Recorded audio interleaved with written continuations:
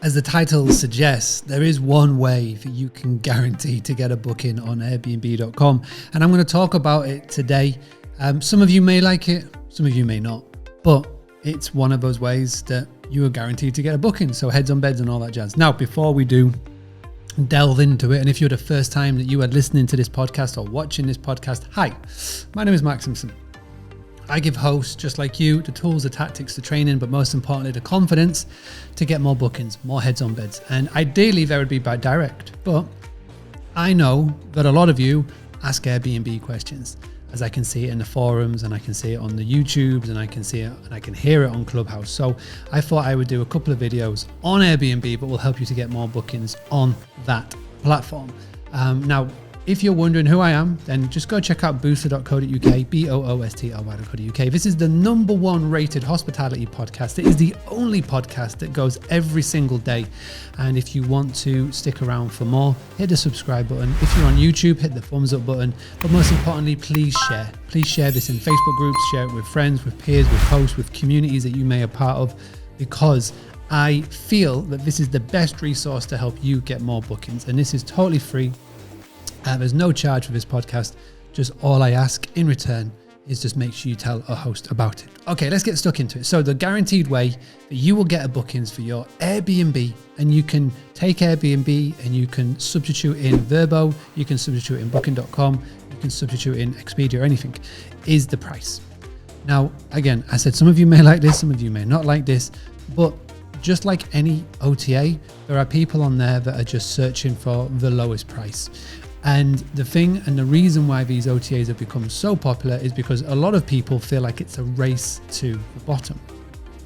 Now, there are ways and means that we can do this, and there's actually a really cool way that you can look like you've got a heavily discounted rate, but really you're not. Let's talk about that after, but let's talk about price secondly.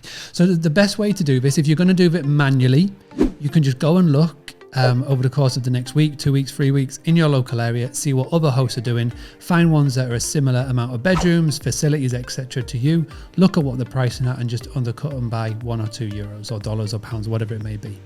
Another way is to take advantage of these amazing dynamic pricing software tools that are out there in 2021 and beyond. Wheelhouse, Beyond, you've got Price Labs, Boy pricing. There's loads of these now softwares and tools available that were not available 10 years ago when I needed them. So take advantage of them, utilize their database to, again, make sure that you are ahead of everybody else in your local area. Let's talk about the next one. Now, hands up, let me know in the comments, who do you use as your PMS? Is it free to book? Is it guesty? Is it uplisting? Is it X? Is it Y? Is it Z? There's loads of them.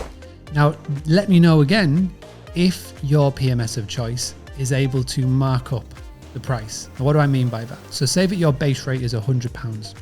What you can do is you can mark up your prices on Airbnb by 5, 10, 15, 20, 30, 40. I've seen 50% markup this summer and people are still booking it. So what you can do is you can mark up your prices by, say, 50%.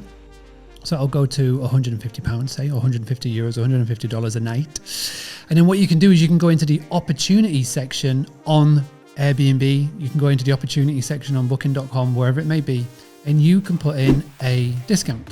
So say that you go on to Airbnb and for last minute bookings, you have a 25% discount off that price. For the guest, they think, fantastic, I'm getting a steal here, because again, these discounted rates will appear in a search result that nobody else is. But yet, you're still making a 25% markup because they're booking through the OTAs, because don't forget, we've marked it up 50%. You could, if you wanted to, you could put a discount price of 45%, and you've still got a markup of 5%. It's a cool little hack. It's a cool little thing that I've not only seen people doing, but I've helped people do over the course of the last couple of months, and it's worked really well. Because again, the guest, all they see is the discounted price.